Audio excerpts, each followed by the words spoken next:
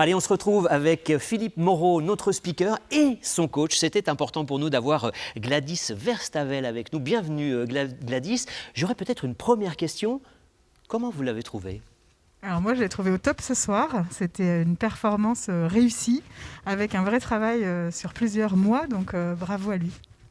Bravo, effectivement, bravo. Mais comment on fait pour relever ce défi, qui est un défi d'une toute autre nature, de parler d'amour, Philippe Moreau ? Alors pour être très honnête, quand on m'a proposé de faire un TEDx, j'ai dit oui, et avant de comprendre que le thème c'était l'amour.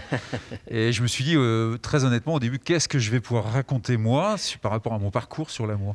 Et en fait ça vient très vite parce que comme l'amour c'est ce qui remplit nos vies, dans tout ce que l'on fait, en fait le chemin c'est vite tracé. Et grâce justement à l'aide de ma coach, ça m'a permis de me structurer assez facilement et assez vite en fait. Justement, Gladys, comment on fait pour coacher des individus comme ça, hein, des animaux un petit peu, j'ai envie de dire, des bêtes, hein, parce que traverser l'Australie par plus 50, courir par moins 40, c'est particulier. Et donc, quelle a été votre approche et comment vous avez fonctionné ? Vous avez tous lu le livre du Petit Prince ? Je pense qu'avec Philippe, notre première rencontre, c'était vraiment une découverte mutuelle. On a pris ce temps de voir un petit peu qui il était et il a pris ce temps aussi de me découvrir.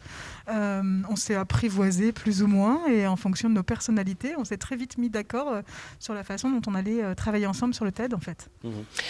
Philippe Moreau, vous disiez lors de votre talk, je suis une personne lambda.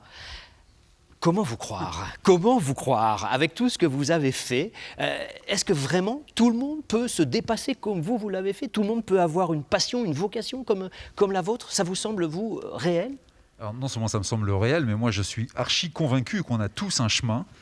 On a tous un chemin. Après, on n'est pas obligé d'avoir des chemins XXL comme moi je peux avoir. Moi, c'est ce qui m'amuse, c'est ce qui me motive.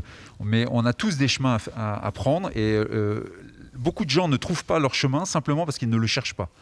La première des choses qu'on doit faire dans notre vie, c'est chercher là où on veut aller, chercher ce qu'on veut, travailler nos appétences, travailler nos envies. Et une fois qu'on a fait ça, on est capable, je vous assure, tous, de faire des choses incroyables. Moi, il y a des choses que d'autres font que je trouve complètement dingues alors qu'eux les trouvent normales et vice-versa. Et on est tous particuliers, on a tous des talents cachés et il n'y a plus qu'à les mettre en exergue.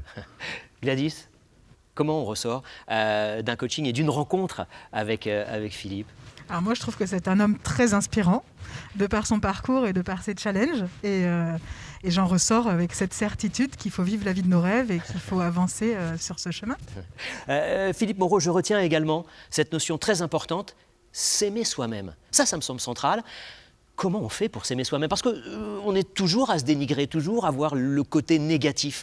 Est-ce que vous avez un petit truc, allez, en conclusion, pour nous aimer nous-mêmes plus facilement ? Mais s'aimer soi-même, en fait, il faut commencer par une seule chose. Il faut s'autoriser à s'aimer soi-même. Et la plupart du temps, on ne s'aime pas soi-même parce qu'on ne s'autorise pas. Parce qu'on confond tout, on confond l'ego, on confond tout ça. Mais s'aimer soi-même, c'est la plus belle des choses qu'il faut faire. Et il faut commencer par ça, mais s'autoriser. Merci beaucoup à vous deux. Merci de votre présence. Merci d'avoir répondu à nos questions.